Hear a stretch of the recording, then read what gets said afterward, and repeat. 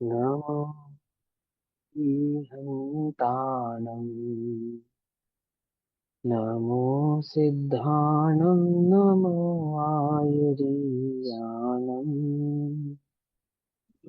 नमो अध्यायानं नमो लोये सहसाहुनं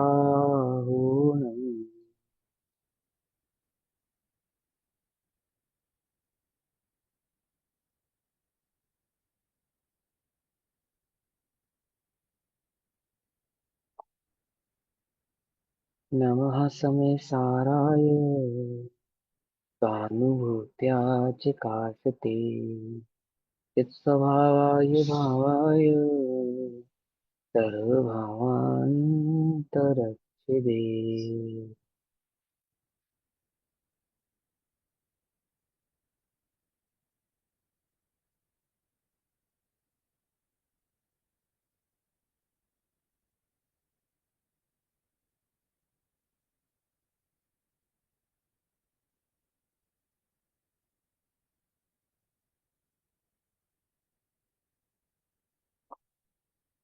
हमारी दोपहरकालीन कक्षा का विषय चल रहा है श्री समय सारजी ग्रंथ। श्री समय सारजी का स्वाध्याय हम सभी आचार्य अमृत चंद्र देव द्वारा रचित आत्मख्याति टीका के माध्यम से कर रहे हैं।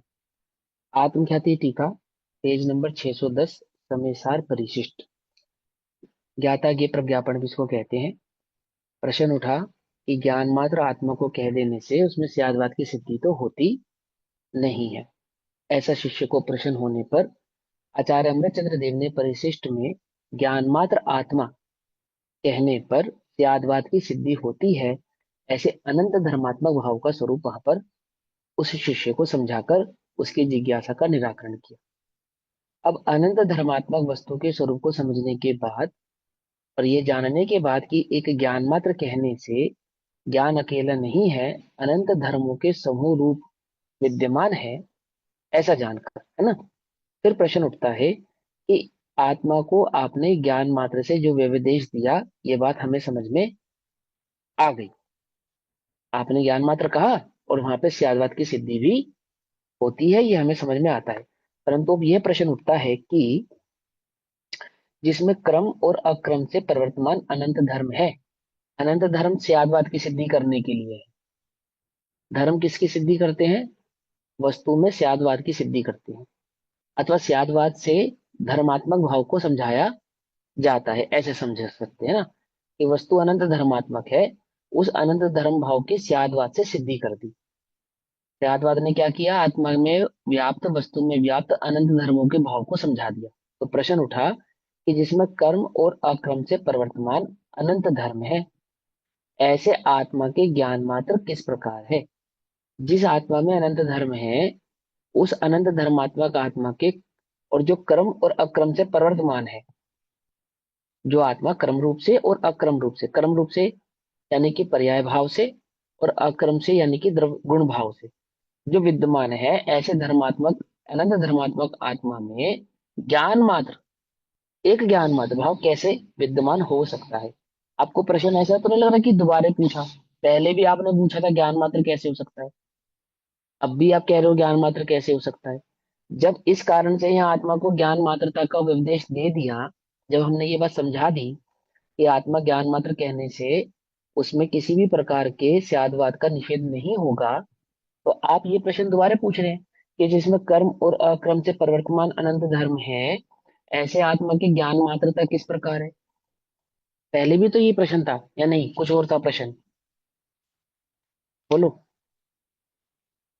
जब स्यादवाद की सिद्धि कर रहे थे आचार्य देव, तब प्रश्न क्या था परिशिष्ट का? जल्दी जल्दी बताओ। ज्ञान मात्र कहकर एकांत हो जाएगा। देखो सुनो, ये लोग क्या था? स्यादवाद की शुद्धि के लिए वस्तु तत्व की व्यवस्था और एक ही ज्ञान में उपाय उपेय कैसे घटित होता है, यह बतलाने के लिए उपाय उपेय भाव का जरा फिर से विचार करते हैं ना। त्यागवाद की सिद्धि सबसे पहले करते हैं। देखो आप मेरी बात को ध्यान से समझो, यहाँ पे ये बात अगर आपको समझ में आएगी ना, तो परिशिष्ट का भाव समझ में आएगा। कि परिशिष्ट का जो भाव लिखा गया और वो किस प्रकार से समझाया जा रहा है। पहला प्रश्न क्या है कि प्रश्न जब परिशिष्ट शुरू किया गया तब भी ज्ञान मात्र आत्मा कहने से आत्मा में कैसे सिद्धि होगी अनंत गुणों की, ये प्रश्न था, है ना। और अभी भी ज्ञान मात्र किस प्रकार है वे आत्मा, ये प्रश्न है। तो प्रश्न कुछ बदला या नहीं बदला, पहला क्वेश्चन ये है आगे पढ़ने से पहले। ये बात समझ में आती है नहीं समझ में आती है? बोलो बोलो, अनम्यूट करके बोलो, ऐसे थोड़ी सुनाई देगा मुझे क्या बोल रही हो। आपने क्या पूछा, फिर से पूछा। उपयोग कहाँ है, ये पूछा मैंने। प्रश्न ये है कि ज्ञान मात्र आत्मा कहने से, है ना, आत्मा को ज्ञान मात्रता किस प्रकार है, यही प्रश्न पहले था। और पूरा परिशिष्ट, आधे से ज्यादा परिशिष्ट कहने के बाद भी प्रश्न यही है। तो उस प्रश्न में और उस प्रश्न में कोई अंतर है या नहीं है? चलो कोई बात नहीं, सस्पेंस खत्म करते हैं, आगे चलते हैं। देखो, जब पहले कहा, जब यहाँ पे इसी कारण से यहाँ आत्मा का ज्ञान मात्रता से व्यवदेश देते हैं, ये बात समझाई। ये प्रश्न से पहले लिखिए ना लाइन, प्रश्न से पहले लिखिए ना। इसी कारण से यहाँ आत्मा का ज्ञान मात्रता से व्यवदेश देते हैं। व्यवदेश देते हैं अर्थात उपदेश देते हैं, उस आत्मा को स्थापित करते हैं ज्ञान मात्र कहकर। तो जब आप इतने सारे कारण और जो भाव आप हमको समझा चुके हैं आचार्य देव पहले से ही, तो फिर से ये क्वेश्चन क्यों उठाया? क्वेश्चन क्या उठाया? जिसमें क्रम और अक्रम से प्रवर्तमान अनंत धर्म है, ऐसे आत्मा के ज्ञान मात्रता किस प्रकार है। तो ये समझना, हमको ये समझना चाहिए कि जब वो पहले प्रश्न किया था कि आत्मा को ज्ञान मात्रता कहने से अनेकांत की सिद्धि नहीं हो रही है, त्यादवाद की सिद्धि नहीं हो रही है, ये कह रहे थे। पहला प्रश्न क्या था कि जब हम आत्मा को ज्ञान मात्र कहते हैं तो वहां स्यादवाद की सिद्धि किस प्रकार से करेंगे। तो अभी आचार्य देव ने अभी तक, यहां तक, कहां तक, वह सब वास्तव में एक आत्मा है ऐसा कहकर, और फिर क्या कहा, एत दर्थ मेवा त्रास्य ज्ञान मात्रतया व्यवदेश, ऐसा कहकर आचार्य देव ने अभी तक आत्मा में ज्ञान मात्र कहने पर स्यादवाद की सिद्धि की। अब उसके अनंत गुणात्मक भाव की सिद्धि करेंगे। बात समझ में आई? स्यादवाद में और अनंत गुणात्मक भाव में क्या अंतर है? इस स्यादवाद में तो आत्मा के अनंत धर्मात्मक भाव की सिद्धि की थी। जब हम उसको ज्ञान मात्र कहते हैं, और ज्ञान मात्र कहने पर वो कैसा है, अनंत धर्मों वाला है, और वह अनंत धर्मात्मक भावों की जो सिद्धि हमने की, वो स्यादवाद से समझाया। कैसे समझाया? अस्ति नास्ति तद अदत एक अनेक आदि भावों से। इनमें कोई गुण थोड़ी है ये, एक या अनेक कोई आत्मा के गुण थोड़ी है। तद अदत आत्मा का गुण नहीं है, ये तो धर्म है। एक है धर्म, एक है गुण, समझे ना। स्वर्ण चांदी नहीं है, ये तो स्वर्ण का धर्म है। और स्वर्ण पीला है, ये स्वर्ण का गुण है। कुछ बात समझ में आई या नहीं समझ में आई? स्वर्ण चांदी नहीं है, स्वर्ण है, ये तो स्वर्ण का धर्म है। और स्वर्ण पीला है, चिकना है, भारी है, ये स्वर्ण का गुण है। अंतर पकड़ में आता है? गुण और धर्म में क्या अंतर होता है? यदि हम सोने को पिघलाएंगे और चांदी में मिलाएंगे तो ऐसा होने पर भी ना। मीनाक्षी दीदी, आप अपना एक बार म्यूट करेंगे?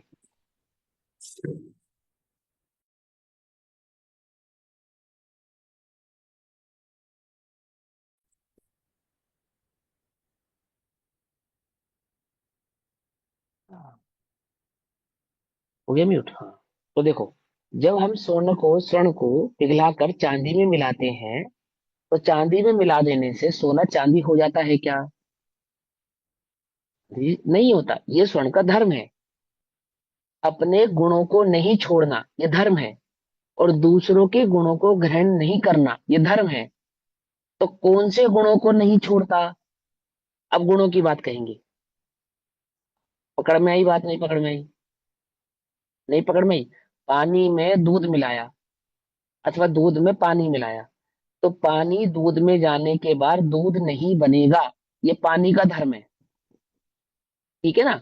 अपने गुण को पानी नहीं छोड़ेगा, ये पानी का धर्म है। तो किस गुण को नहीं छोड़ेगा?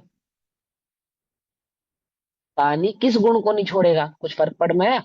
तो अब वो गुणों की बात करेंगे कि आत्मा जब ज्ञान भाव से प्रवृत्ति करता है और ज्ञेय को जानता है तो ज्ञेय को ग्रहण नहीं करता। ये आत्मा का धर्म है।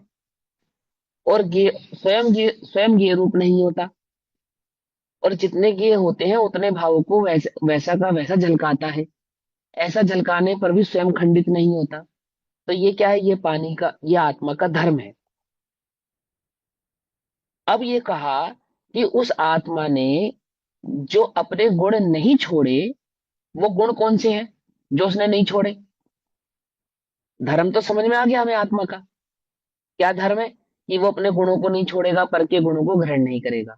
अपने गुण जैसे हैं वैसे के वैसे रहने वाले हैं। और वो गुण जब कार्य करेंगे तो किस प्रकार से कार्य करेंगे, ये बात तो हमें आपकी बात समझ में आ गई। तो क्या आत्मा में एकमात्र ज्ञान गुण है? तो जब यहाँ प्रश्न पूछते हैं अनंत धर्म, तो यहाँ पे धर्म का अर्थ गुण है। इस प्रश्न में, पहले प्रश्न में वहां धर्मों को समझा रहे थे स्यादवाद की अपेक्षा से। स्यादवाद से यानी कि आत्मा का धर्म, वस्तु का धर्म। अब उस वस्तु के धर्म को समझाने के बाद अब वस्तु के गुण समझाएंगे। पकड़ पा रहे हो बात को? नहीं पकड़ पा रहे? पहले ये बताओ। ऐसे चेहरा देख के नहीं मुझे मजा आ रहा या तो तुम्हें बात समझ में आ रही हो तो समझ में आए, तो कुछ बात आगे समझ बढ़ेगी। में आ रहा है, नहीं क्योंकि समझ में आ आगे रही तो पहले शक्तियों ये का भी बात। प्रकरण है ना। आगे शक्तियों का भी प्रकरण है, तो उसकी अपेक्षा से गुण गुण और शक्तियां समझाएंगे अब आने वाले उसमें। पहले तो धर्म समझा दिए हाँ सियादवाद की सिद्धि के लिए। हाँ अब हाँ। अब धर्म, आगे गुण धर्म और समझ में आ शक्तियां गया। समझा। हाँ, धर्म से बात समझ में आ गई ना। वस्तु का धर्म, वस्तु का धर्म क्या? कि वस्तु अपने भाव को नहीं छोड़ेगी, अपने गुणों को नहीं छोड़ेगी, और पर के गुणों को ग्रहण नहीं करेगी। पहले तो है ना? उसे और दूसरी कैसे वस्तु नहीं से करेगी? भिन्न बता दिया, और अब वस्तु हाँ, जैसी है वैसा बताएंगे, ये अब वो बात हुई थी। बतलाएंगे हम। तो भिन्न बताने वाले जो भाव थे ना, 14 लक्षणों को समझा, 14 लक्षणों से, 14 प्रकार के लक्षणों से उस वस्तु को समझाया। ठीक है ना? अब उस वस्तु को आपने सिद्ध तो कर दिया कि वो वस्तु अन्य से भिन्न है, क्योंकि वस्तु का धर्म ही ऐसा है कि वो अन्य वस्तु को ग्रहण नहीं करेगा। कैसे ग्रहण नहीं करेगा? ऐसे नहीं करेगा, ऐसे नहीं करेगा, ऐसे नहीं करेगा, माने किसी भी प्रकार से ग्रहण नहीं करेगा। जानने से भी ग्रहण नहीं करता, तद्रूप नहीं होता, अतद्रूप रहता है, आदि आदि आदि, ये सब भाव समझाती कि हमें अनेकता तो दिखाई देती है, तो वो इसलिए दिखाई देती है परंतु अनेक नहीं होता। है ना? हमें अतद्धता तो दिखाई देती है, वो इसलिए दिखाई देती है परंतु अतद नहीं रहता, तद्रूप नहीं होता, अतद ही रहता है ना? तो ऐसे सारे भाव उसको समझा दिए। अब प्रश्न उठता है कि जिसमें क्रम और अक्रम से प्रवर्तमान अनंत धर्म है, जिस वस्तु में, जिस धर्म में, जिस आत्मा में, जिस द्रव्य में क्रम और अक्रम भाव से अनंत धर्म है, अर्थात जो गुण और पर्यायों वाला है, अनंत गुण और अनंत पर्यायों वाला है, जो द्रव्य, जो वस्तु अनंत गुण और अनंत पर्यायों वाली है, ऐसे आत्मा की ज्ञान मात्रता किस प्रकार है? एक ज्ञान गुण ही क्यों है उस आत्मा के? ज्ञान मात्र कहने पर स्यादवाद की सिद्धि करने के बाद प्रश्न क्या उठा कि एक ज्ञान मात्र ही गुण क्यों है उस आत्मा के? वह कैसे हो सकता है? तो उसका समाधान करेंगे अब। प्रश्न समझ में आ गए सभी को? एक बार मेरा और समझाना, प्रश्न, एक बार और लास्ट का, लास्ट हाँ लाइन जो। क्या, हाँ क्या कहते हैं कि आपने ज्ञान मात्र से स्यादवाद की सिद्धि करके वस्तु को अन्य वस्तु से भिन्न समझा दिया। ये तो हमें समझ में आ गई बात। अब हमारा प्रश्न क्या है कि जो कर्म और अकर्म वाला है, यानी कि जो अनंत गुण और अनंत पर्यायों वाला है, ऐसा वह आत्म तत्व एक ज्ञान मात्र वाला कैसे हो सकता है? अर्थात उसके ज्ञान गुण ही कैसे हो सकता है? एक ज्ञान गुण ही क्यों कहते हो? गुण तो उसमें और भी होने चाहिए, अनंत होने चाहिए। होने चाहिए नहीं होने चाहिए? क्योंकि वो अनंत क्रम और अक्रम भाव वाला है, यानी अनंत गुण और अनंत पर्यायों वाला है। ऐसा होने पर भी आप उसको एक ज्ञान गुण वाला ही क्यों कहते हो? हिमांशु भैया, यहाँ पे अनंत हाँ धर्म है तो अनंत गुण होंगे, मतलब ये धर्म का मतलब गुण आएंगे हाँ, यहाँ पे। धर्म का, हाँ, धर्म का अर्थ धर्म भी होता है, धर्म का अर्थ गुण भी होता है, धर्म का अर्थ शक्तियां भी होता है। ठीक है ना? धर्म का अर्थ भाव भी होता है, धर्म का अर्थ पर्याय भी होता है। धर्म के कई सारे अर्थ होते हैं। ठीक है ना?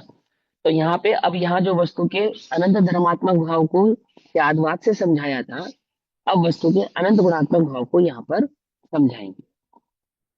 ठीक, तो उत्तर कि परस्पर भिन्न ऐसे अनंत धर्मों के समुदाय रूप से परिणित वस्तु का जो परिणमन है वो कैसा है? कि वो अनंत धर्मों के समुदाय से परिणमित होता है। अर्थात अनंत धर्मों के भाव को धारण किए हुए रहता है। कौन सी वस्तु? प्रत्येक वस्तु। क्योंकि यहाँ पे आत्मा की बात चल रही है, मेरी बात चल रही है, तो आत्मा की मुख्यता से कथन चल रहा है। ठीक।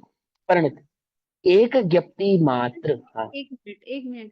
आपने जैसे अनंत धर्म है, यहाँ पे आपने गुणों का रेफरेंस दिया है। अनंत धर्म वो भी तो है जो तत तत सत, वो भी तो धर्म है। हाँ, हाँ, तो वही तो कह रहा हूँ, उपयोग कहाँ है? ये तो प्रश्न पूछा मैंने अभी।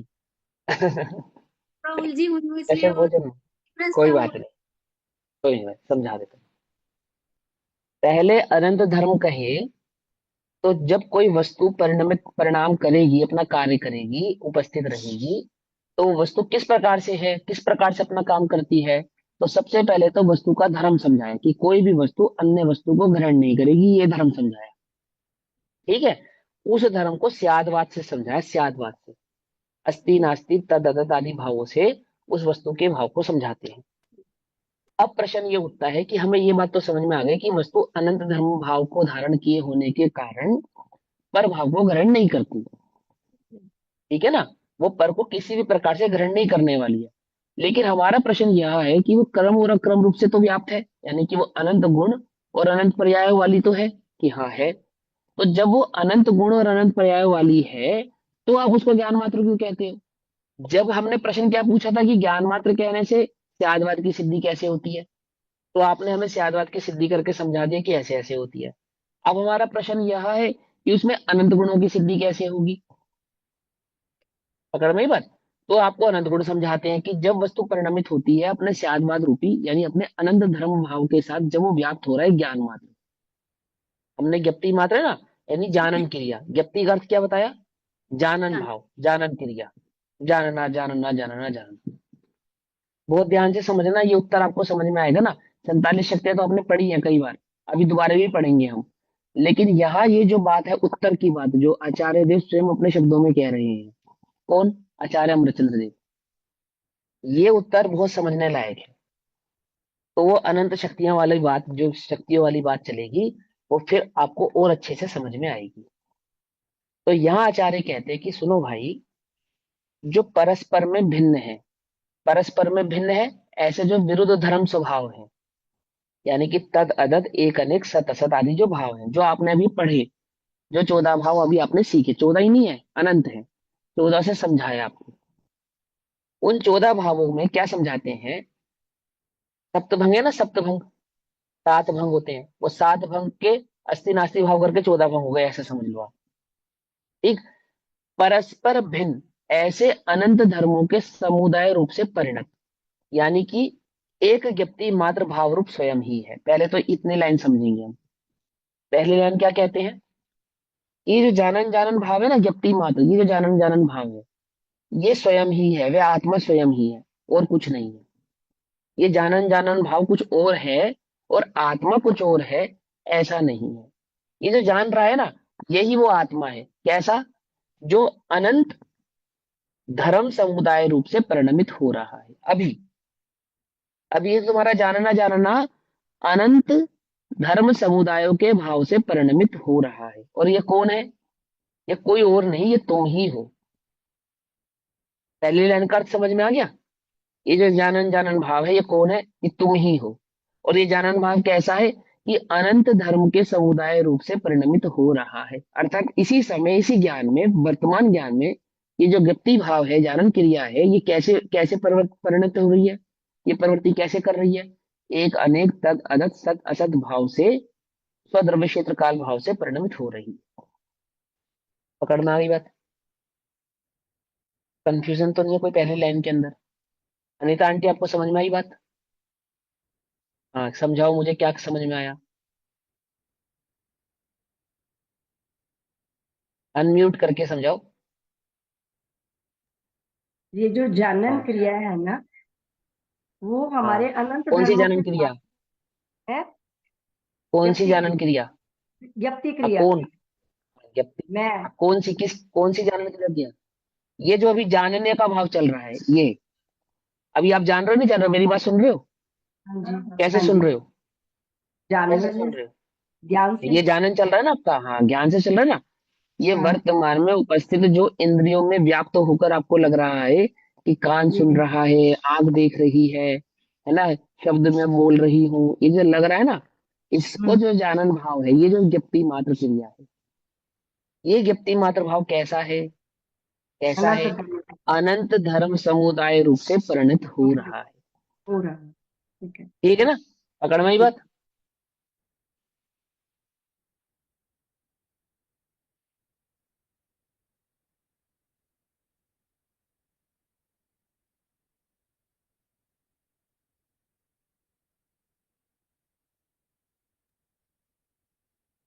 हिमांशु भैया, हाँ हाँ यहाँ बोलो। हाँ, अनंत धर्मों से, धर्मों में हमने लिया तत् अतत् नित्य अनित्य सदो। तो आपने ऊपर बोला कि धर्म गुण, ये मतलब अलग अलग अपेक्षा से इनका अलग अलग मीनिंग निकलेगा। जैसे आपने क्वेश्चन में मैंने आपसे हाँ हाँ, पहले धर्म कहकर, हाँ, हाँ पहले पहले, विष्णु, अभी तक धर्म कहकर क्या समझाया? स्याद्वत समझाया। मतलब मैं ये अभी तक धर्म कह के स्याद्वत समझाया, अब धर्म का धर्म कह मतलब के क्या? गुण समझेंगे। धर्म का मतलब मुझे समझाइए पहले आप। म्यूट करो। देखो, देखो धर्म के अलग अलग अर्थ होते हैं। बोलिए कि धर्म का ही अर्थ, धर्म का ही अर्थ तो गुण होता है। हम्म, धर्म का अर्थ धर्म भी होता है, हम्म, और धर्म का ही अर्थ शक्तियां भी होता है। ठीक है? मतलब आगे अलग बढ़ अलग समझ में? अपेक्षा से अलग अलग इसके मतलब लगेगा, हम करेंगे इनको। हाँ, अलग अलग अर्थ निकलेगा। ठीक। ठीक है ना? अभी तक हम धर्म कह के जो बात समझ रहे थे, वो स्यादवाद की अपेक्षा से समझ रहे थे, यानी कि धर्म रूपी धर्म की ही बात कर रहे थे। अब हम धर्म कह के गुणों की बात करेंगे। धर्म और गुणों में क्या अंतर हो गया? हम उन धर्म वस्तु के उस स्वभाव की बात कर रहे थे जिसकी पर्याय नहीं होती, और अब धर्म कह के हम उस स्वभाव की बात करेंगे जिन जो गुण रूप से विद्यमान है और जिनकी पर्याय भी होती है। आगे बात समझ में? है ना? प्रत्येक गुण, आत्मा का प्रत्येक गुण, आत्म द्रव्य और आत्मा का प्रत्येक गुण काम कैसे कर रहा है? अपना अपना काम कर रही है, तो हमें समझ में आ गया। जैसे आंख काम कर रही है, बोले हाँ कर रही है।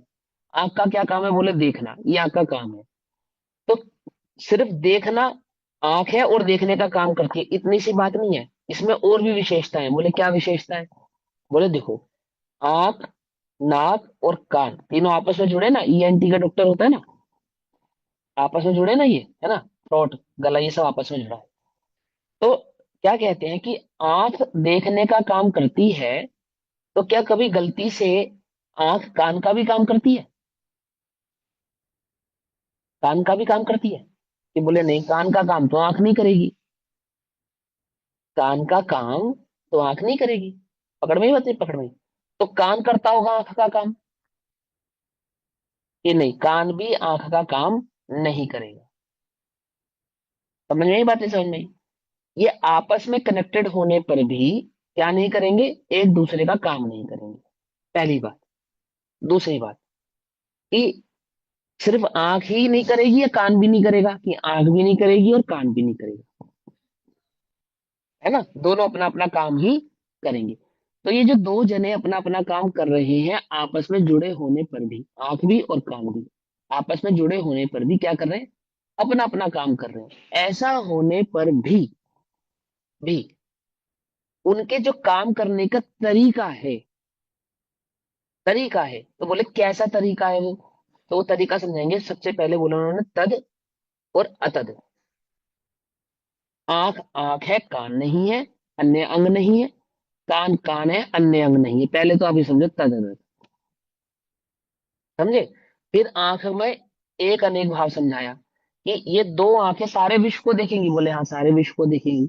और सारे विश्व में तो इतनी सारी चीजें हैं, तो इतनी सारी चीजें देखने के लिए क्या हमें इतनी सारी आंखों की जरूरत पड़ेगी? कि नहीं, बहुत सारी आंखों की जरूरत नहीं पड़ेगी। सिर्फ दो ही आंखें सारे विश्व को देख लेंगी। तो जब देखूंगा मैं किसी चीज को, तो देखने से ग्रहण कर लूंगा, देखने से ग्रहण कर लूंगा। बोले नहीं, देखने से ग्रहण नहीं कर सकते आप। बात समझ रही है नहीं आ रही है? तो जब कोई वस्तु, जब भी कोई धर्म द्रव्य अपना कार्य कर, तो काम करने का उसका एक तरीका, एक धर्म है। गुण काम करेंगे, ज्ञान काम करेगा तो कैसे करेगा, दर्शन काम करेगा तो कैसे करेगा, चारित्र काम करेगा तो कैसे करेगा, पकड़ में ही बात नहीं, पकड़ में, कैसे करेगा, तो काम कैसे करेगा ये समझाया जा अभी। तो पहले क्या समझाया गया कि काम कैसे करेगा, अभी ये समझाई गई है बात। अब समझाएंगे, अब समझाएंगे कि ये तो आपको, हमें ये बात तो समझ में आ गई कि अनंत गुण इस प्रकार से काम करते हैं। अब प्रश्न है अनंत गुण कौन से हैं। अब क्या प्रश्न है, अनंत गुण कौन से हैं, आ गई बात समझ में, है ना। तो अब क्या कहते हैं, अभी समझाया था काम कैसे करेंगे, अब गुण, वो गुण कौन से हैं जो इस प्रकार से काम करते हैं। ठीक है ना। तो प्रश्न क्या हुआ, जिसमें कर्म और अकर्म से प्रवर्तमान अनंत धर्म है, ऐसे आत्मा के ज्ञान मात्र तक किस प्रकार है। ठीक है, जिसमें अनंत गुण और अनंत पर्याय प्रवृत्ति कर रही है, विद्यमान है, उसको आप ज्ञान मात्र किस प्रकार से कह रहे हो।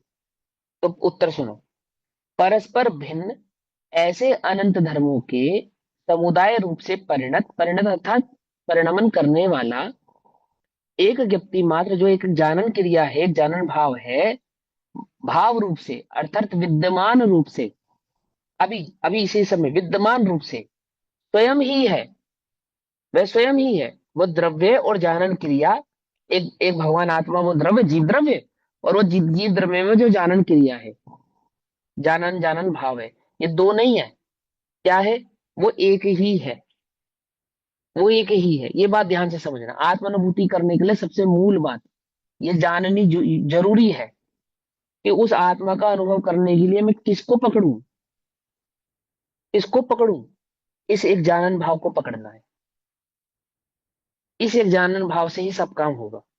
ये जो वर्तमान में अभी विद्यमान एक जानन भाव है, यदि इसको नहीं पकड़ा तो क्या नहीं होगा, वह आत्मद्रव्य समझ में नहीं आएगा, पकड़ में नहीं आएगा। ठीक है ना। तो क्या कहा, भाव रूप से हिमांशु भैया, स्वयं ये ही भाव है। रूप हाँ, जप्ती मात्र भाव रूप, मतलब भाव रूप भाव किसे लेंगे? विद्यमान, विद्यमान उपस्थित, विद्यमान उपस्थित। ठीक है ना। ये जो जानन भाव है, ये जानन भाव जो भाव रूप से स्वयं ही है, अर्थात विद्यमान रूप से, उपस्थित रूप से, अस्तित्व रूप से स्वयं ही है। आत्मा का अस्तित्व है या नहीं है, कैसे सिद्ध करेंगे आत्मा का अस्तित्व, मैं आत्माओं में कैसे सिद्ध करूं, बोलो बोलो। जो जो जान ये जानन रूप से। जो जानन क्रिया हाँ, हो रही है वो मेरे ज्ञान में हो रही है, वही मैं हूँ। वही मैं हूं। जय बोले, ये शक्कर है, कैसे सिद्ध करेंगे शक्कर है, ये सफेद है, बोले सफेद तो नमक भी है, मीठी मीठी है। बोले इसका, हाँ एक मात्र, बोले चख कर देखो आप कैसी लगी, बोले मीठी लगी, बस खत्म हो गई बात, ये शक्कर है। ऐसे ही जानन भाव है, बोले हाँ ये कोई जान रहा है, बोले हाँ वही तो जीव है, वही तो जीव है। जो मिठास है ये वही तो शक्कर है, ऐसी जो भाव ये के भी जानन भाव है यही तो जीव है। ये भाव हम्म। के भी तो कितने अर्थ हो जाते हैं ना।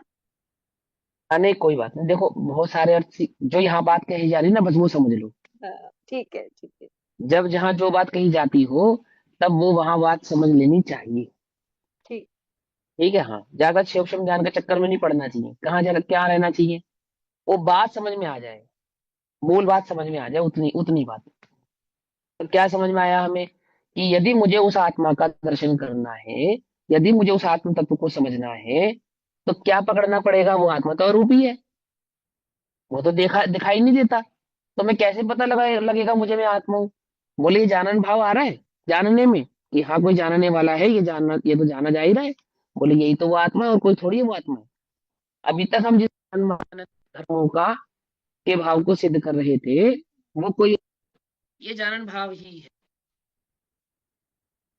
समझे नहीं समझे, ये जानन भाव ही और वस्तु नहीं है, इससे अलग वो कोई अन्य तत्व नहीं है। पकड़ में आ गया पॉइंट। ठीक, चलो अब आगे चलते हैं। इसलिए इसलिए अब उन्होंने ब्रैकेट में डाली है वो बात, तो जो बात ब्रैकेट में कही है ना, वो हमको समझाने के लिए कही है, वो आचार्य की बात नहीं है। आचार्यों ने जो बात कही उसको समझाया ब्रैकेट में करके बात को। तो देखो ब्रैकेट वाली बात को समझेंगे, सभी समझ पा रहे हो ना? सभी बात समझ पा रहे हो, नहीं समझ पा रहे हो, है ना? अपने ये नेहा दीदी और मनीषा जी, आप लोग भी समझ रहे हो ना? आपका वीडियो ऑन नहीं है इसलिए मुझे मालूम नहीं। वीडियो ऑन करा करो अरे समझना है तो। हाँ, ऑन कर लो, 2 मिनट लगेगी, समझो इस बात को ध्यान से। देखो क्या लिखा है ब्रैकेट में, क्या कहते हैं? अर्थात, अर्थात माने, अर्थात माने वो जो अभी हमने बात कही है ना, जो लाइन कही है, उसका क्या मतलब है?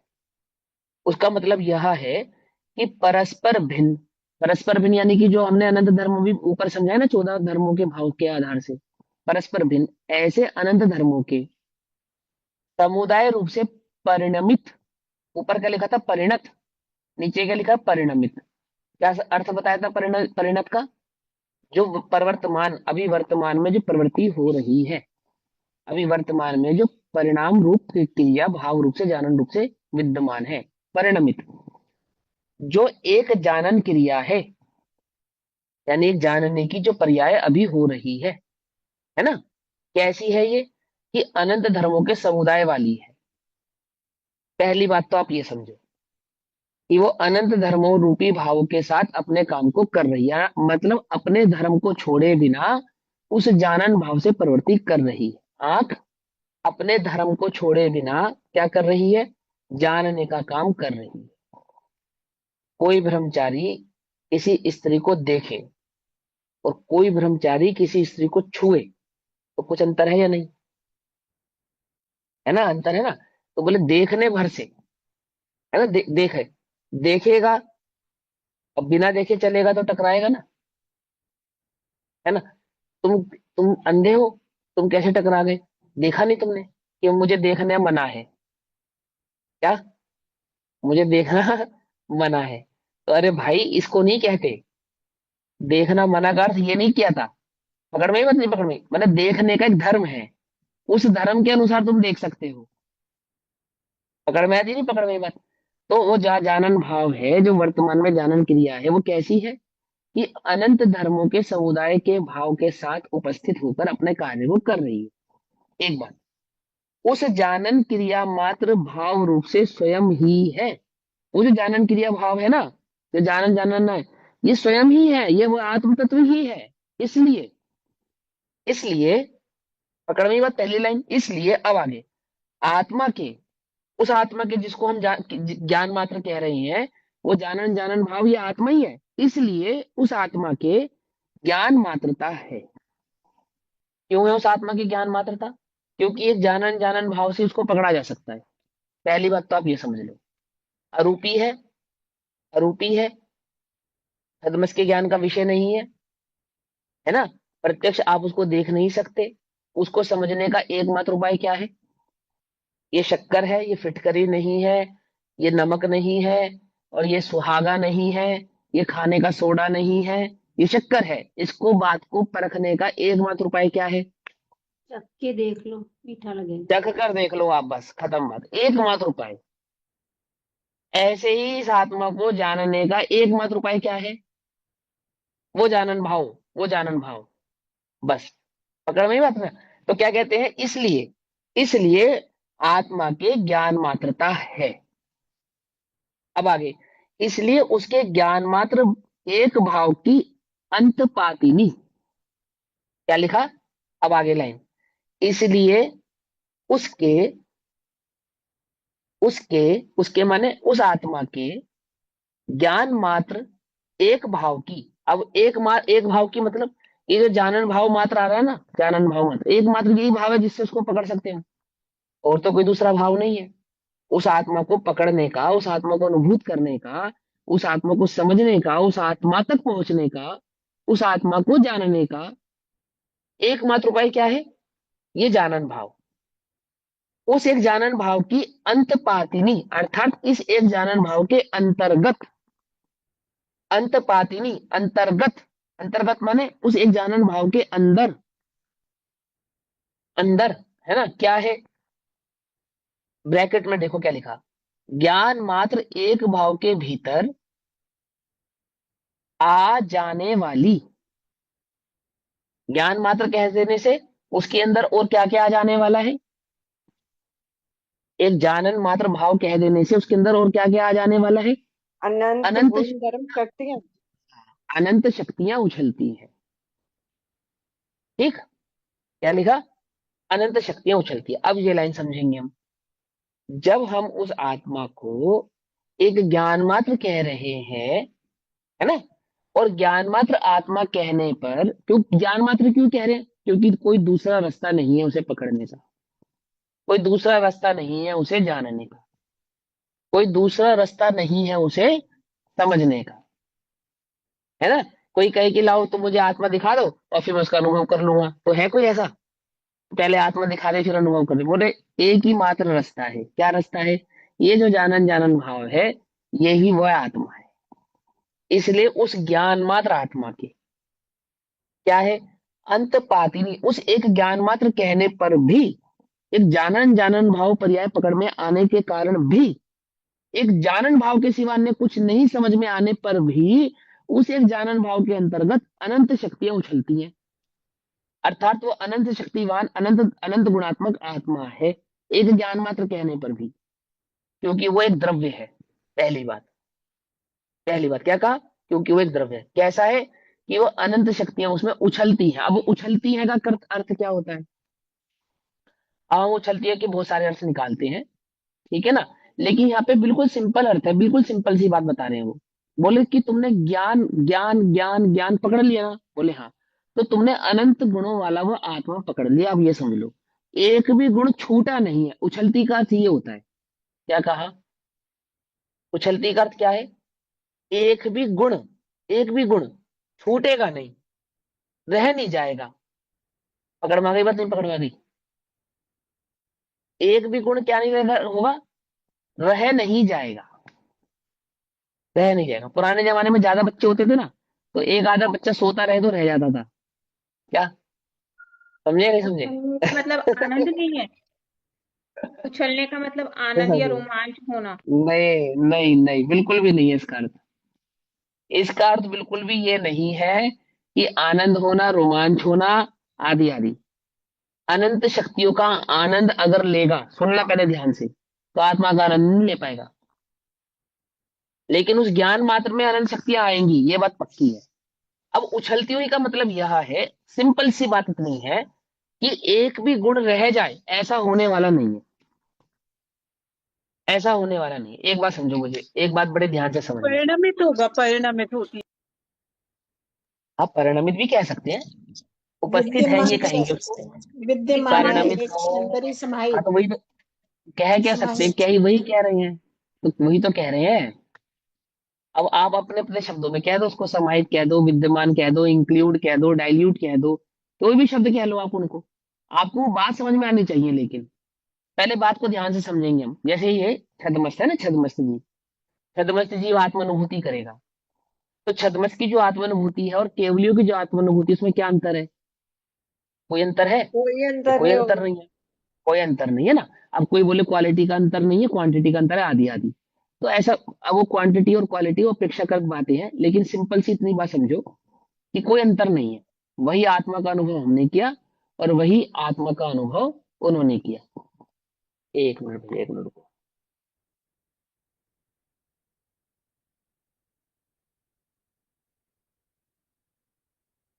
हाँ, ठीक है। अब वो छदमस्त जीव जब आत्मानुभव करता है, आत्मानुभूति प्रकट करता है, तो उसके जानने में अनंत शक्ति आती है क्या? पहला प्रश्न, आती है। पहला प्रश्न, क्या उसके जानने में अनंत शक्तियां आती है क्या? वो तो उसमें गर्भित ही है। अभेद रूप है वो तो बोलो सब। क्या लगता है? अनंत गुण शक्तियां सब अभेद रूप है। उसने आत्मा का अनुभव किया तो उसमें सब कुछ गर्वित ही है। तो ये सारे आंसर तो हमें भी पता है। आप हमको कुछ ऐसा बताओ जो हम आपसे पूछ रहे हैं वो बताओ। ठीक है ना, हमने आपसे सिंपल पूछा ना क्वेश्चन, तो सिंपल आंसर दो ना। एक पंडितों वाला आंसर क्यों देते हो? नहीं आती है। इसलिए तो नहीं बात पकड़ जानने में नहीं में आती आती, है। नहीं जानने हाँ, में सिंपल सी बात है, आती। सीधा सीधा प्रश्न है ये जो।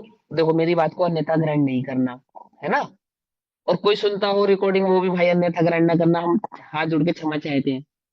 पर ये पंडिताई वाला आंसर है, ये समझ लो। तो वो तो अनंत ही आती है, तो ये अनुभूति की बात है। उस आत्मा को आपने जो अनंत गुणात्मक द्रव्य रूप से स्वीकार किया है, वो इस स्वीकृति की अपेक्षा से कहा गया कि वो अनंत का ही अनुभव होता है, क्योंकि स्वीकार किया है ना आपने। किसी ने किसी कन्या को स्वीकार किया, तो क्या स्वीकार किया? आंख स्वीकार की, नाक स्वीकार की, कान स्वीकार किए, होठ स्वीकार किए, क्या स्वीकार किया? कन्या को स्वीकार किया ना। क्या सुंदर है उसका? बहुत सुंदर है वो। क्या सुंदर है उसका? अब वो बात ठीक है कि वो उसने कहा कि तुम्हारी आंख बहुत सुंदर है, तो क्या आंख मात्र मेरी सुंदर है, बाकी सुंदर नहीं है? कि नहीं नहीं, तुम्हारे कान भी सुंदर है, तुम्हारे होठ भी सुंदर है, तुम्हारी नाक भी सुंदर है, आदि आदि ऐसे सुंदरता का वर्णन करेंगे ना। अब ओवरऑल किस नतीजे पर पहुंचे? कि वो सुंदर है, बस यही तो नतीजे पे पहुंचे ना। अब वो जब सुंदरता का अनुभव कर रहा है, तो क्या सुंदरता का अनुभव कर रहा है? आंख का कर रहा है, नाक का कर रहा है, कान का कर रहा है, होठ का कर रहा है? किस सुंदरता का अनुभव कर रहा है? पूरे किस सुंदरता का अनुभव कर रहा है? अंतर है या कुछ नहीं है अंतर? ये वो तो स्वीकृति है, वो तो उसमें उसकी तो कोई बात ही नहीं है। आप किसी से भी पूछ लो, किसी भी अनुभवी व्यक्ति से पूछ लो कि प्रेम में प्रेमिका का जब अनुभव करता है तो आंख का करता है, नाक का करता है, होठ का करता है, प्रेमिका का करता है, किसका करता है? पूछ लो। कोई भी बता देगा। उसमें क्या कोई जुदी बात है? ऐसे ही वो आत्मा का अनुभव करने वाला, वो जो ज्ञानी है, आत्मा का जो वेदन करने वाला, वो आत्म अनुभवी है। यदि तुम ऐसा सोचो, यदि तुम ऐसा मानते हो कि उस आत्म अनुभव में अनंत गुण जानने में आते हैं, तो ऐसा नहीं है। परंतु अनंत की अनुभूति होती है और अनंत जानने में नहीं आते, एक ज्ञान मात्र से ही जानने में आता है। एक व्यक्ति मात्र भाव में ही एकत्व भाव को धारण करता है। पकड़ में आई बात? नहीं पकड़ में? पकड़ में? अब तुम उस उछलती हुई का अर्थ ये लगाओगे कि वो अनुभव में आती है और जानने में आती है और ऐसा और वैसा, तो तुम उस आत्मा को नहीं समझ पाओगे, फिर तो अनंत के चक्कर में रह जाओगे, ज्ञान मात्र भाव को स्वीकार नहीं कर पाओगे। नहीं कर पाओगे। कैसे करोगे अनुभव? बोलो, किसको अनुभव मानोगे? अनंत का वेदन तो हुआ ही नहीं। कैसा होता है अनंत का वेदन? बोलो। अनंत शक्तियों का अनुभव कैसा होता है? बोलो, कैसा होता है? मालूम कैसा होता है? क्या रूप से ही होगा? चैतन्य भाव मात्र होता है, बस, और कुछ नहीं होता। और कुछ भी नहीं होता।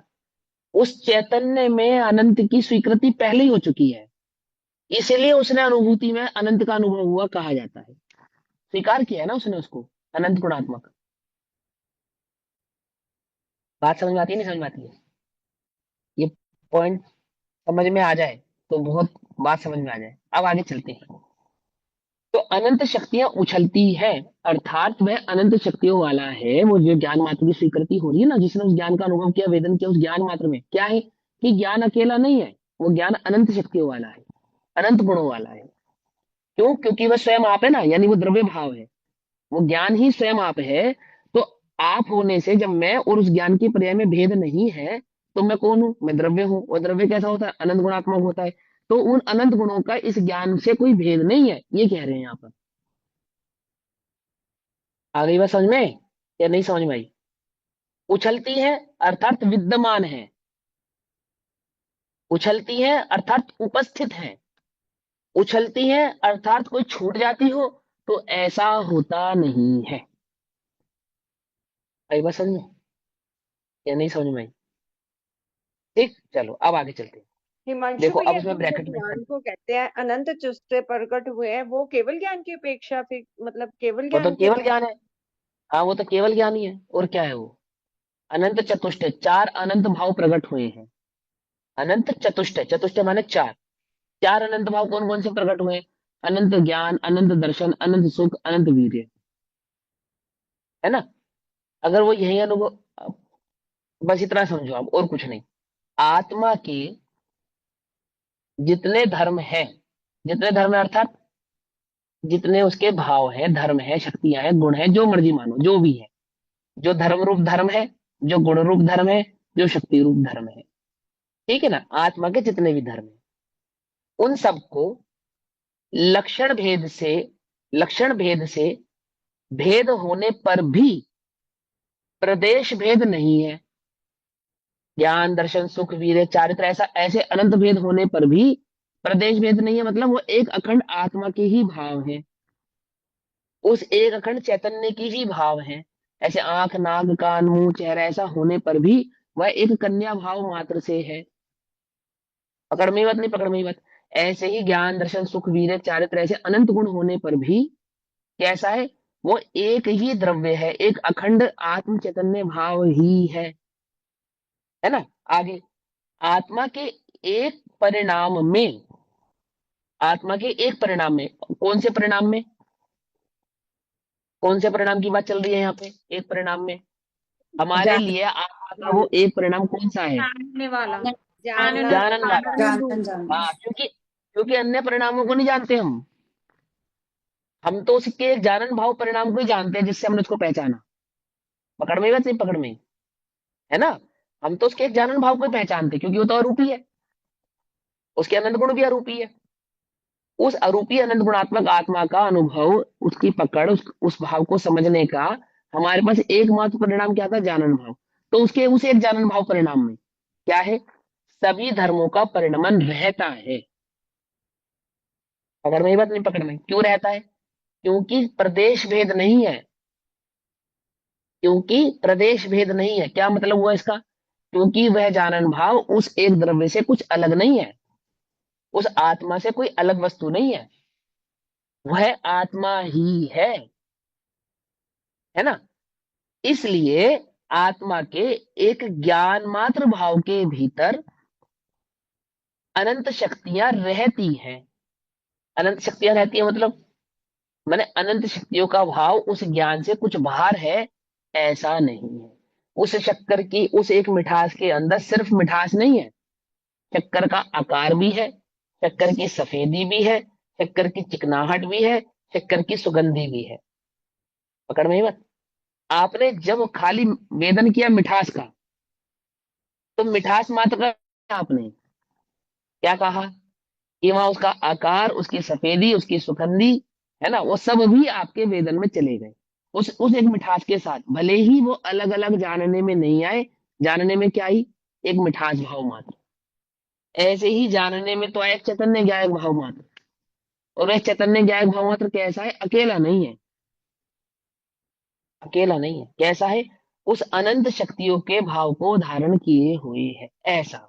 अब तुम इसका अर्थ ये मत लगाना मेरे भाई कि अनंत का वेदन होता है भिन्न भिन्न प्रकार से, ऐसा नहीं होता है, चैतन्य भाव मात्र का होता है। अभी इसमें बिल्कुल प्रमाणित करेंगे, चिंता नहीं करो। चैतन्य भाव मात्र का होता है, और चैतन्य में वो जो द्रव्य की स्वीकृति करी ना आपने, पहले द्रव्य गुण पर्याय का स्वरूप समझा भली प्रकार से, और आपने वहां पे क्या निश्चय किया था उस द्रव्य के स्वरूप में कि वो अनंत गुणात्मक है, ये निश्चय किया था नहीं किया था। वो जो आपने वहां निश्चय किया और चैतन्य से जब उसको स्वीकार किया, उस चैतन्य भाव मात्र को जब आपने अनुभूति में स्वीकार किया, तो क्या स्वीकार किया कि उस आत्मा को अनंत गुणात्मक आपो आप ही आपने स्वीकार कर लिया। उस स्वीकृति का यहाँ पे नाम है अनंत गुणों का वेदन होना। परंतु ज्ञान में अनंत जानने में आते हो ऐसा नहीं है, ये एक भूल है हमारी। कहाँ आते जानने में, केवल ज्ञान में जानने में आएंगे बस, और दूसरी किसी जगह जानने में नहीं आएंगे। समझ में आई बात, नहीं समझ में आई, हाँ ठीक। हाँ, अब सुनो। इसलिए ज्ञान मात्र भाव में, इसलिए भाव कौन सा, ज्ञान मात्र, ज्ञान ज्ञान मात्र भाव में, ज्ञान मात्र भाव रूप से आत्मा में, देखो आत्मा को कैसा स्वीकार करा वहां पे उसने, ज्ञान मात्र भाव, ज्ञान मात्र में, और ज्ञान मात्र भाव रूप आत्मा में अनंत शक्तियां उछलती हैं बस। अनंत शक्तियां उछलती है मतलब विद्यमान है, रहती है। अब कोई बोले रहती है तो उसका अनुभव नहीं होगा, कि हाँ होगा, तो अनुभव होगा तो क्या जानने में नहीं आएगी कि नहीं आएगी। उल्टा नहीं पकड़ना, क्योंकि जानने की जो शक्ति है वो ज्ञान में, वो केवल्य दर्शन रूपी जो शक्ति है ना, है या नहीं है आत्मा में एक केवल दर्शन नाम की शक्ति। तो चौथे गुण स्थान में केवल दर्शन शक्ति का अनुभव भी होता होगा, क्यों, नहीं समझे। आत्मा में एक केवल दर्शन और केवल ज्ञान, ऐसी दो शक्ति है ना, या नहीं है। सर्वज्ञत्व, सर्वदर्शित्व हाँ हाँ, सर्वज्ञ और सर्वदर्शी है या नहीं है, है। आत्मा में ही है ना। तो वो सर्वज्ञ और सर्वदर्शी का अनुभव भी चौथे गुण स्थान में हो ही जाता होगा, नहीं, तो अधूरे आत्मा का अनुभव होता है इसका मतलब। जब उन दो का नहीं हो रहा तो उसका मतलब अधूरा आत्मा अनुभव में आ रहा है। तो समझो वो इसी तो बात को तो शक्तियाँ समझा एक रहे तरह थे। से बताने के लिए वो ज्ञान की पूर्ण हाँ, पूर्ण अवस्था। तो क्या समझाएगी वो पूर्ण अवस्था? उसके अनंत गुणात्मक भाव को प्रत्यक्ष अनुभव से जाने, प्रत्यक्ष भी भाव से भी जानेगी। समस्त द्रव्य गुण पर्याय को तो जानेगी जानेगी, अपने अनंत गुणों को भी जानेगी। वो उसकी सामर्थ्य है। तो सामर्थ्य यहाँ पे वो सामर्थ्य नहीं है, लेकिन अनुभूति में अंतर नहीं है, क्योंकि वहां अनंत को जानने पर भी केवली एक चैतन्य भाव मात्र का ही वेदन करते हैं। ये बात समझ लो आप। जानते तो है अनंत गुणों को, और उस अनंत गुणों के वेदन में उस अनंत गुणों के जानने के भाव को चैतन्य भाव से वेदन भी करते हैं। लेकिन क्या होकर? एक चैतन्य भाव मात्र होकर। दर्शन भी चैतन्य, ज्ञान ज्ञान तो चैतन्य है ही, दर्शन तो चैतन्य है ही, ज्ञान और दर्शन के भाव को चैतन्य कह देना। वहां श्रद्धा भी चैतन्य है, वहां चारित्र भी चैतन्य है, वहां सुख भी चैतन्य है, वहां वीर्य भी चैतन्य है। कुछ बात समझ में आ रही है नहीं आ रही है? समझ में आती है? जो भाव अभाव आदि आदि जितनी भी शक्तियां हैं, वो केवल ज्ञान भी क्या है? एक चैतन्य है। वो चैतन्य चैतन्य चैतन्य भाव ही है। कहाँ कह रहा हूँ? वहां उस केवल ज्ञान में, और कुछ नहीं है। अब उल्टा नहीं पकड़ना। अनंत को भेद रूप जानने पर भी अनुभूति चैतन्य भाव मात्र की है। पूछ लेना केवलियों से कि "हे भगवान, आप सुख को कैसे जानते हैं?" चैतन्य भाव मात्र से जानते हैं। ऐसा करते हैं उसका वेदन। समझ में आई बात? नहीं समझ में आई है? तो हिमांशु भैया, जैसे जहाँ पे आया अनंत शक्तियां उछलती हैं, इसमें अब सब गर्भित हो जाएगा ना? जैसे गुण हो गया, शक्तियां हो गया, धर्म हो गए। हाँ, सब सब सब सब सब गर्भित हो गया। गर्भित हो गया मतलब कहने का तात्पर्य क्या है कि उस आत्मा, जो वो आत्मा है और जैसा है, उसका अंश मात्र भी छूटने वाला नहीं है। यदि उस चैतन्य भाव मात्र को अपने अनुभव में किया है, तो संपूर्ण आत्मा का ही वेदन किया है। बस इतनी सी बात क्या है। अब तुम उसका अर्थ ये मत निकालो कि वो संपूर्ण आत्मा अनंत शक्ति वाला भेद रूप से उस ज्ञान में जानने में आएगा। ऐसा नहीं, वो आएगा जानने में, चिंता नहीं करो, पर वो केवल ज्ञान अवस्था में आएगा। ठीक है ना? उसको पर प्रकाशक का है मालूम? उस अनंत गुणों के जानने को, अपने आत्मा के अनंत गुणों के जानने को पर प्रकाशक का है, सो प्रकाशक नहीं कहा है। किसने कहा है? पंडित पांडे राजमल जी ने कहा है, समय की टीका में। समझे? उस भेद को उन्होंने पर प्रकाशक कहा, सो प्रकाशक नहीं कहा। क्यों कि कहा? मतलब हमने प्रकट करी है ना वो। नहीं नहीं नहीं नहीं नहीं, क्योंकि वो भेद है, इसलिए पर है। और आत्मा में चैतन्य भाव मात्र वाला अभेद है। उसमें अनंत गुण होने पर भी अनंत गुणों का भेद नहीं है, जो अभी आपने पीछे बताया था, इसलिए। ज्ञेय ज्ञान तो ज्ञानपन में आपने समझाया था ना कि हमने तो जैसे ज्ञान और ज्ञेय से समझा, और वहां पे ज्ञान और भेद करके जो आत्मा की शक्ति हाँ आदि है वो हाँ हाँ। उन दोनों की अपेक्षा से हम्म। समझाया। हाँ, उनको वही बात उनको कह सब रही पर हूँ। कह दिया वहां पे। हाँ, वही वही है, वही है, बात ही वही है ना? तो इतनी बात समझ में आई। अब आगे चलते हैं। उनमें से कितनी शक्तियां निम्न प्रकार है। अब वो उसकी जिज्ञासा को शांत करने के लिए, किसकी जिज्ञासा को शांत करने के लिए? कि जब आपने कहा था ज्ञान मात्र है ना, तो उस ज्ञान मात्र में अनंत शक्तियां हैं भैया। ऐसा नहीं है कि ज्ञान मात्र एक गुण ही रह गया है। उस जिज्ञासा को शांत करने के लिए पहले तो उसको ज्ञान का स्वभाव समझा दिया, और ये समझा दिया कि उस द्रव्य का जब तो अनुभव करेगा तो वो कोई अनंत गुणों वाला है, और अनंत गुण ही उसके, वो ज्ञान मात्र का अनुभव अनंत गुणों का ये अनुभव है, इससे अलग कोई अनुभव नहीं है, क्योंकि वो द्रव्य का ही अनुभव है। और वह उसमें विद्यमान जो अनंत शक्तियां हैं, उसमें से कुछ इस प्रकार की हैं, तो कुछ उसको समझा रहे हैं। ये कुछ कैसे समझा रहे हैं?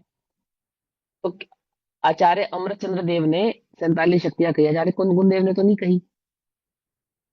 तो आचार्य कुंद कुंद देव को जब अनुभूति हुई, तो क्या उनके जानने में 4700 हजार अनंत शक्तियां जानने में आई या नहीं आई? बोलो। प्रश्न ध्यान से समझना कि चैतन्य की अनुभूति में तो अनंत गुणों का अनुभव है, उसका तो कोई निषेध ही नहीं है। लेकिन कोई भिन्न प्रकार से शक्तियां या गुण जानने में आते हो, ऐसा नहीं है। तो यहाँ कैसे बतला रहे हैं? अनुमान से, तर्क से, तर्क और आगम से। युक्ति से। हाँ, समझे? आगम, तर्क, युक्ति और अनुमान के माध्यम से इन शक्तियों का यहाँ पे वर्णन होगा। क्योंकि लिखने वाले जो आचार्य हैं ना, ये है ही किसके? न्याय के आचार्य। तर्क युक्ति से ही बात को कहते हैं। इनका, इनकी स्टाइल ही वही है। बात को कहने के लिए तर्क युक्ति न्याय आगम आदि का आधार लेते हैं। इसलिए आचार्य अमरचंद्र देव ने अपने टीका में जब 47 शक्तियों का वर्णन किया तो उससे ये विकल्प नहीं खड़ा करना तुम कि उन्होंने अनंत जानकर उसमें से 47 कह दी। समझे नहीं समझे? कितने कितने आचार्य, 47 आचार्य, कौन कौन देव, 47 आचार्य कौन कौन देव कह जाते? आगे की 47 50 आचार्य अमृतचंद्र देव कह देते, फिर उसके आगे की 50 कोई अन्य आचार्य कह देते, फिर उसके आगे के 50 अन्य आचार्य कह देते। क्यों भाई, ऐसा कर सकते थे? नहीं कर सकते थे। और जिन्होंने ये टीका लिखी वे भी तो ज्ञानी है ना, जयचंद जी छावड़ा जी, 2-4 शक्तियां वो बता जाते। गुरुदेव ने भी तो बताई है या नहीं बताई है? गुरुदेव ने भी तो इससे अलग होकर बताई है ना, तर्क युक्ति न्याय। बस ये समझ लो आप, तर्क से युक्ति से न्याय से जब वस्तु का स्वरूप समझ में आता है, भली प्रकार से जानने में आती है वस्तु है ना, तब उसके संदर्भ में तर्क युक्ति न्याय अनुमान आदि के माध्यम से उस वस्तु को कई प्रकार से सिद्ध किया जा सकता है। उसमें क्या बात है? तो कोई बात ही नहीं है। ठीक है ना? तो अब क्या कहते हैं देखो, आत्म द्रव्य के कारणभूत, जिसका कारण कौन है?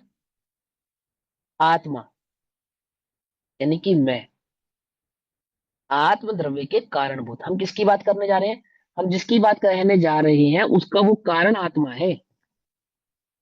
उसका कारण ये ध्रुव स्वभाव भगवानी आत्मा, यानी कि जिस गुण की हम बात कर रहे हैं, अब हम आपको जिस गुण के बारे में बतलाएंगे, गुण किसके आश्रित रहते हैं? द्रव्य द्रव्य के के, आश्रित। है ना? तो ये बात लिखी है यहाँ पे कि उस द्रव्य के आश्रित रहने वाला वह गुण आत्म द्रव्य के कारणभूत। अर्थ समझ में आया पहले 2 शब्दों का? हम हम आत्मा के उस गुण की बात करेंगे जो आत्मा के आश्रित है। कोई आत्मा से अलग है ऐसा नहीं, और आत्मा उसके आश्रित है ऐसा नहीं, वो आत्मा के आश्रित है ऐसा। अनुभूति किसकी करूंगा मैं? गुण की करूंगा या आत्मा की करूंगा? आत्मा। द्रव्य की होगी ना, हाँ, ध्रुव दृष्टि कहा जिसको। अनुभव मैं द्रव्य का करूंगा, उस अनुभूति में आने वाले द्रव्य के आश्रयभूत रहने वाला कारणभूत, जिसके जो है उसके होने का कारण कौन? पुत्र के होने का कारण कौन? पिता। ऐसे ही जिस गुण की अभी हम चर्चा करने वाले हैं उस गुण के होने का कारण कौन? वो आत्मद्रव्य। ठीक। तो आत्म द्रव्य के कारणभूत ऐसे चैतन्य मात्र भाव का धारण, सबसे पहला तो लक्षण यही बताया, पहला लक्षण, प्रधान लक्षण जो चैतन्य भाव है वही बतलाया, जिसके माध्यम से उसको जाना जाता है, पहचाना जाता है, जो अनुभव में आता है। सबसे पहले तो वही सुनो। सबसे पहला, सबसे पहली बात हम कौन सी कहेंगे? जो सबको पता है, चैतन्य। जो सबसे सरल है, जो सबसे आसान है, जिससे तुम वस्तु को पहले पकड़ पाओगे। जीवत वो शक्ति। सबसे पहले, है ना? हाँ, सबसे नहीं, जीवत नहीं, चैतन्य शक्ति। चैतन्य शक्ति के कारण वो तो जीवत भाव, हाँ, जीवत भाव, जीवत शक्ति। ठीक। जैसे शक्कर को सबसे पहले समझाएंगे, सबसे पहला लक्षण शक्कर का यदि हमारे जानने में आएगा तो कौन सा जानने में आता है? सबसे पहला शक्कर नाम सुना और मिठास, सबसे पहले उपयोग मिठास पे चला गया, है ना? ऐसा नहीं कि उसमें चैतन्य सफेदी नहीं है। प्रवृत्ति जीवत। हाँ, तो जैसे ही वो चैतन्य मैंने जैसे ही हमने उस आत्मा की बात की, तो चैतन्य भाव ही तो है और कुछ नहीं है। उसी चैतन्य भाव का यहाँ पे नाम जीवत्व है। जीवत, जीव, जो जीवे तो जीव, जिसमें चेतना हो तो जीव, जो चैतन्य भाव वाला हो तो क्या कहते हैं? कारणभूत। ऐसे चैतन्य मात्र भाव का धारण, जिसका लक्षण अर्थात स्वरूप है। लक्षण कहना चाहे स्वरूप कहना, है ना? जिसका लक्षण कहो या उसका स्वरूप कहो, कैसा स्वरूप है? ऐसी जीवत्व शक्ति, चैतन्य भाव मात्र जिसका स्वरूप है, ऐसी वो जीवत्व शक्ति है। मैं जीव हूं, कैसे पता लगेगा? वो जीवत्व शक्ति का कैसे मालूम चलेगा? उस चैतन्य लक्षण से। चैतन्य लक्षण जीव है, जिंदा है इसका मतलब जीव है, जानता देखता है इसका मतलब जीव है। जीव किसे कहते हैं? जो जानता हो, देखता हो पहला, उसके बाद सुख दुख का अनुभव करता हो, आदि आदि आदि आदि आदि, चलता हो, फिरता हो, खाता हो, पीता हो, जो भी आपने लगाना है। लेकिन पहला लक्षण क्या बताया? जो जानता हो और देखता हो, है ना? तो क्या कहा इन्होंने? वो चैतन्य जिसका लक्षण है वो जीवत्व शक्ति है। किसी को भी हम पहचानेंगे जीव है, कैसे पता चलेगा? उसके चैतन्य भाव से मालूम चलेगा। चैतन्य है ना, चेतना, वही बतलाएगी ये जीव है। पेड़ जीव है, पेड़ों में चेतना है। पहाड़ जीव है, पहाड़ों में चेतना है ना? पानी, मिट्टी, अग्नि आदि जीव है, बोले कैसे? चैतन्य है, उसमें चेतना है। समझा नहीं समझे? समझना ध्यान से। और वो पहाड़ मिट्टी पानी वाली बात नहीं कर रहे हैं यहाँ पे, वो चैतन्य भाव वाली चेतना की बात कर रहे हैं, आत्म द्रव्य की। क्या है वो? चैतन्य भाव वाला है। कौन है वो? जीव है, पहली शक्ति जीव है। सबसे पहले तो वो जीव है भैया। कैसे पता? चैतन्य भाव से पता। और वह चैतन्य भाव किसके आश्रित है? कि जगत में 6 द्रव्यों में से अन्य द्रव्यों के आश्रित नहीं, जीव द्रव्य के आश्रित है, आत्म द्रव्य के आश्रित है। क्या लिखा? आत्म द्रव्य के कारणभूत ऐसे चैतन्य मात्र भाव का धारण जिसका लक्षण अर्थात स्वरूप है, ऐसी वो जीवत्व शक्ति। पहली, आत्म द्रव्य के कारणभूत ऐसे चैतन्य भाव रूपी भाव प्राण धारण करना जिसका लक्षण है, ऐसी जीवत नामक शक्ति ज्ञान मात्र भाव में आत्मा में उछलती है। क्या लिखा? उस ज्ञान मात्र आत्मा में चैतन्य भाव जानने में आता है। पहली बात ये समझो। कैसी है वो? भाव में, ज्ञान मात्र भाव में। ध्यान से समझना। जीवत नामक शक्ति ज्ञान मात्र भाव में, यानी ज्ञान का तुमने वेदन किया ना, ज्ञान भाव का जो तुमने अनुसरण किया, ज्ञान भाव में एकत्व भाव धारण किया, उसमें खाली वो ज्ञान नहीं है। कैसा है वो ज्ञान? चैतन्य भाव वाला है। ठीक, पकड़ में आएगी बात? आत्मा में उछलती है। अब दूसरे नंबर की शक्ति कहेंगे। दूसरे नंबर की शक्ति का स्वरूप है चिति शक्ति। तो अभी तो समय हुआ, तो ये बाकी की चर्चा हम कल करेंगे। तब तक के लिए सभी को जय जिनेन्द्र। नहीं ओम मान नमः लो, ये सिद्धाय। आखिर चैतन्य मात्र कहने पर हमने जैसे जीवत्व शक्ति ली, तो चैतन्य मात्र में तो फिर वो सब कुछ ही आ गया कि नहीं ऐसा? हाँ, सब कुछ ही है उसमें, तो है ही सब कुछ। है ना? लेकिन तुम्हें सब कुछ समझ में आए उसके लिए उदाहरण दे रहे हैं। उदाहरण है, 47 शक्तियां सिर्फ उदाहरण मात्र है। ठीक है? उदाहरण मतलब कि आपको ये समझाने के लिए कि वो अकेला ज्ञान वाला नहीं है, समझाने का तरीका। बस। हाँ, समझा रहे हैं आपको कि तुम ये इस धोखे में मत रहना कि एक ज्ञान मात्र गुण है उसके अंदर। आपको समझाएंगे कि उस ज्ञान गुण में अनंत भाव विद्यमान है। कैसे विद्यमान है लोग कुछ समझ लो। ये कुछ समझ में आ जाएंगे तो अनंत भी समझ में आ जाएंगे। लेकिन कुछ नहीं समझना, चैतन्य समझना है। चैतन्य समझ में आएगा तो अनंत समझ में आएंगे। कुछ के चक्कर में एक भी समझ में नहीं आएगा। ये कुछ भी चैतन्य की सिद्धि के लिए बताए हैं। कुछ बात समझ में आई या नहीं समझ में आई?